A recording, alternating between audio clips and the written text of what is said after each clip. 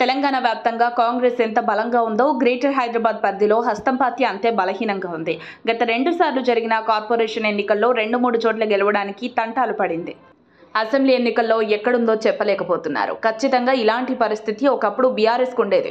Greater ఎన్నికల్లో పోటీ చేయడానికి కేసీఆర్ సిద్ధంగా ఉండేవారు. తెలంగాణ ఏర్పాటుకు ముందు జరిగిన గ్రేటర్ ఎన్నికల్లో అభ్యర్థులు లేక బీఆర్ఎస్ పోటీ చేయలేకపోయింది. తెలంగాణ ఏర్పాటు తర్వాత అధికారం చేతుల్లోకి వచ్చిన తర్వాత గులాబీ బాస్ కేసీఆర్ భిన్నమైన ప్లాన్తో గ్రేటర్లో బీఆర్ఎస్ను బలోపేతం చేశారు. ఆ ప్లాన్నే ఇప్పుడు కాంగ్రెస్ పార్టీని గ్రేటర్లో బలోపేతం చేసుకునేందుకు సీఎం రేవంత్ ప్లాన్ చేస్తున్నాడు. అధికారంలోకి వచ్చిన తర్వాత కేసీఆర్ మొదట అక్రమ కట్టడాల పేరుతో సెటిలర్ల కాలనీలపై విరుచుకుపడ్డారు. అయితే విస్తృతంగా కాదు, భారీగా ప్రచారం వచ్చే 1-2 చోట్ల మాత్రమే కూల్చివేతలు చేశారు.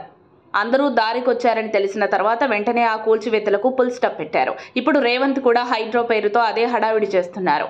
రేవంత్ ఎన్ని కబుర్లు చెప్పినా అంతిమ లక్ష్యం ఏంటో ఆయనకు బాగా తెలుసు. అందుకే ఆయన దూకుడుగా వ్యవహరిస్తున్నారు. తర్వాత కేసీఆర్ మెజార్టీ ఓట్లను ఆకట్టుకునే ప్రయత్నాలు చేశారు. నిజానికి సిటీ ప్రజలకు తాయిలాలు ఇవ్వడం ద్వారా ఎవరూ ఆకట్టుకోలేరు. భావోద్వేగ అంశం ముఖ్యం. అందుకే కేసీఆర్ తానున్నానని భరోసా ఇచ్చేలా కొన్ని పరిణామాలు సృష్టించారు. దాంతో గ్రేటర్లో మెజార్టీ ఓటర్లు ఆయన వైపు మొగ్గారు. ఇప్పుడు బీఆర్ఎస్ నేతలు చేసిన వ్యూహాత్మక తప్పిదంతో వెంటనే సీఎం రేవంత్ కేసీఆర్ ప్లాన్ను అమలు చేసి సక్సెస్ అయ్యారు.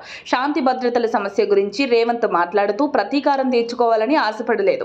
కౌశిక్ రెడ్డి, గాంధీ ఇష్యూను రాజకీయంగా కాకుండా జనంతో సంబంధం ఉన్న అంశంగా తెరపైకి తెచ్చారు.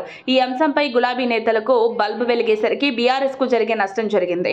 రేవంత్ను ఇప్పటికీ బీఆర్ఎస్ వ్యూహకర్తలు తక్కువగా అంచనా వేస్తున్నారు. అందుకే ఇలాంటి వ్యూహాత్మక తప్పిదాలు జరుగుతున్నాయి. ప్రజల దృష్టి మళ్లించడానికి ఇలాంటి డ్రామాలు ఆడుతున్నారని బీఆర్ఎస్ నేతలు విమర్శిస్తూనే వాటిలో భాగమవుతున్నారు. అంటే రేవంత్ వాళ్లకు చాయిస్ లేకుండా చేస్తున్నారని సులువుగా అర్థం చేసుకోవచ్చు. ఇక ముందు గ్రేటర్లో బీఆర్ఎస్ మెజార్టీ తగ్గి కాంగ్రెస్ బలం పెరిగే ఛాన్స్ ఉందని రాజకీయ పరిశీలకులు వ్యక్తం చేస్తున్నారు. ఇదే జరిగితే కాంగ్రెస్ ఖాతాలో మరో సక్సెస్ పడ్డట్లేనని గాంధీ భవన్ వర్గాల టాక్.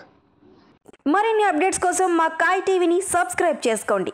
మా వీడియో కనుక మీకు నచ్చినట్లయితే లైక్ చేయండి, షేర్ చేయండి. మీ విలువైన అభిప్రాయాలను కామెంట్ బాక్స్లో తెలియజేయండి.